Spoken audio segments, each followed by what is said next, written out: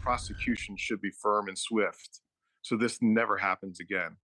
A strong plea from one Middle Tennessee volleyball coach after one of his players' life has changed forever in St. Louis this past weekend.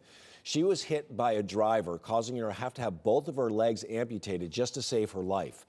Blake Eason's here to update this story. Hey, good morning to you, Neil. Yeah, that driver ran a yield sign and crashed into yet another car that flipped and struck Smyrna high schooler Janae Edmondson.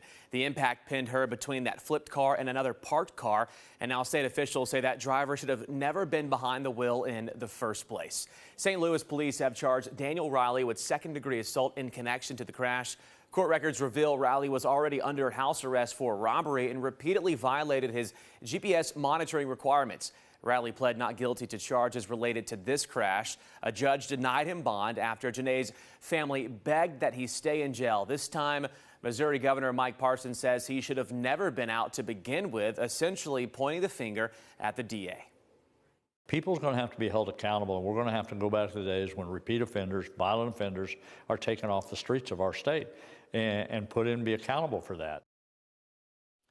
Now, the DA says this falls on the judge, but the finger pointing really doesn't help the Middle Tennessee community that's been completely rocked by this tragedy. Edmondson had recently verbally accepted an offer to play volleyball for a Middle Tennessee college. Her coach said this was a dream of hers for years.